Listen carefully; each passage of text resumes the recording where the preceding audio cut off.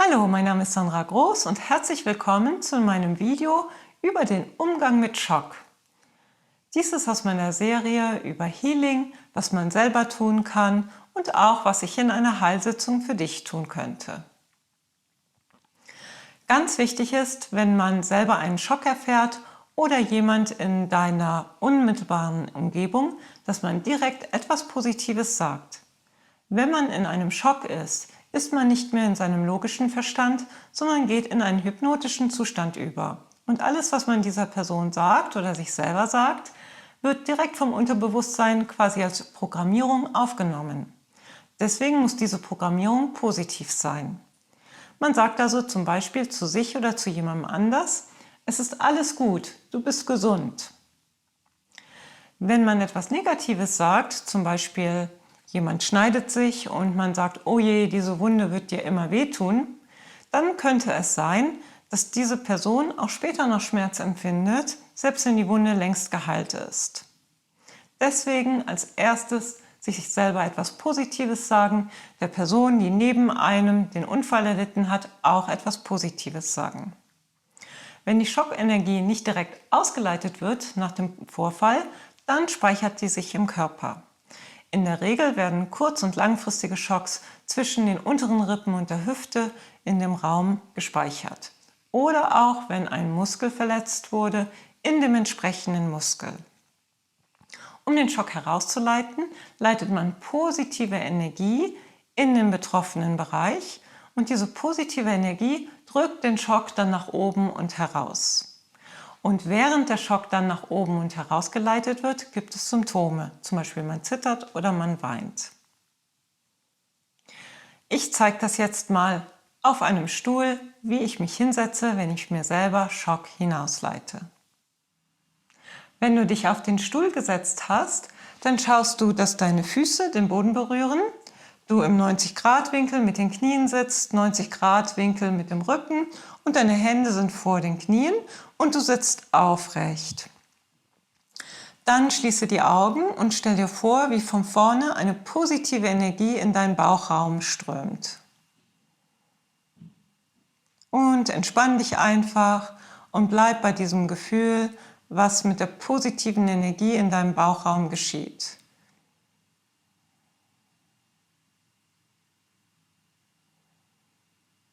Wenn da jetzt noch ein Schock sitzen würde, wenn ich das genügend lange mache, würde ich merken, wie die Schockenergie nach oben steigt. Und das kann alle möglichen Auswirkungen haben. Es könnte sein, dass ich anfange zu zittern, dass ich anfange zu weinen. In der Regel hat man ein physisches Release und ein emotionales Release. Und auch Gedanken, die dazugehören. Wichtig ist, dass ihr alles zulasst, keine dieser körperlichen Reaktionen stoppt, sondern wirklich alles zulasst, bis wie diese Welle dieser Entlassung der Schockenergie vorbei ist. Es kann sein, dass die Wellen, mehrere Wellen hintereinander kommen und ihr wartet einfach bis Welle um Welle, bis der Schock ganz entlassen wurde. Das ist eigentlich schon alles. Ich zeige nochmal die Position.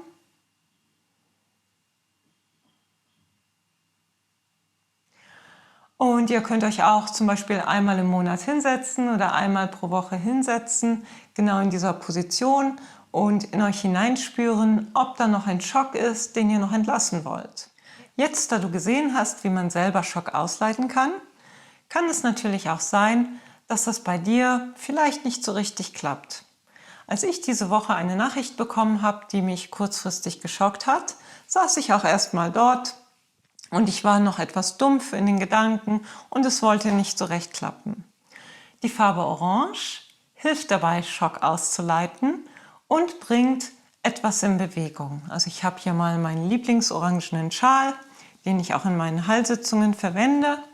Und wenn man diesen anschaut, mit der Intention, den Schock jetzt auszuleiten, indem ich mir positive Energie von vorne in den Bauchraum oder in den entsprechenden Muskel vorstelle, dann hilft das Ganze schon mal in Bewegung zu bringen.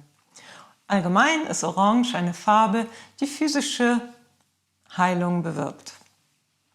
Also und in diesem Falle Schockenergie, dass die ausgeleitet wird. Das heißt, das kannst du selber tun. Wenn der Schock wirklich im Körper festsitzt oder du hast ein Problem und weißt noch nicht mal, dass das durch Schock hervorgerufen ist und dass dieser Schock in deinem Körper noch gespeichert ist, kannst du auch zu mir in eine Heilsitzung kommen und ich helfe dir mit meinen Händen, mit der Energie aus meinen Händen, diesen Schock zu lösen. Eine dritte Möglichkeit ist, dass du zu mir in die Biofeld- und Lebenstransfertherapie kommst. Das ist eine Ferntherapie.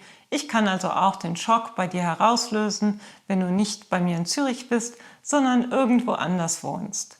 Dazu habe ich noch ein anderes Video gemacht, wo ich erkläre, wie die Ferntherapie wirkt. Wenn dir dieses Video gefallen hat, dann like gerne dieses Video und abonniere meinen Kanal. Das hilft auch anderen, diese Informationen zu finden. Ich bedanke mich ganz herzlich bei dir.